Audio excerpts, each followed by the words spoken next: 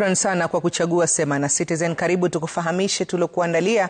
Jina langu mimi ni Mwanahamisi Hamadi na tunaanza na taarifa kwamba wanawake walio katika sekta ya uvuvi katika eneo la Lungalunga kaunti ya Kwale wanadaiwa kunyanyaswa kimapenzi na baadhi ya wavuvi kabla ya kuuziwa samaki wa biashara. Shirika la Global Trauma limejitwika jukumu la kuelimisha wanawake hao kuhusu haki zao ili kuwezesha kufanya biashara ya samaki bila kudhulumiwa.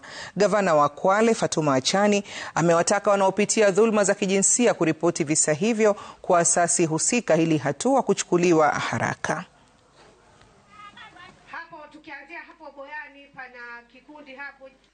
Inatokea wakati ya kwamba mama hawezi kupata samaki mpaka awe anajuana na mvuvi yoyote, na si kujuana kama ndugu, yani wawe baadaye wanajuana kama ni wapenzi.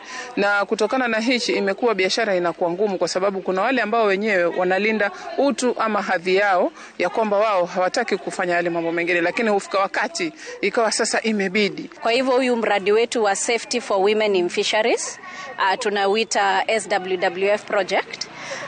Unafanya kazi na mashirika na wafadhili ambao wanafanya kazi kwa sekta ya fisheries kupingana na dhulma za kijinsia, kwa sababu inasemekana kwamba lile dao ule mwanamke kulipata ama kuuza samaki zake ni lazima awe ameenda kimwili na ambayo you are on something like that.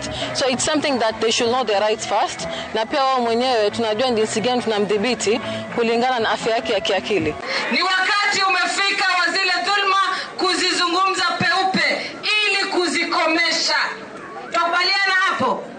Kwa hivyo nataka niwashukuru wote ambao wamejitokeza siku hii ya leo ili tuje tuambizane, tukumbushane kuwa masuala mengine yanafanyika na ni ya dhulma, na tufuate njia gani wakati mtu amepatwa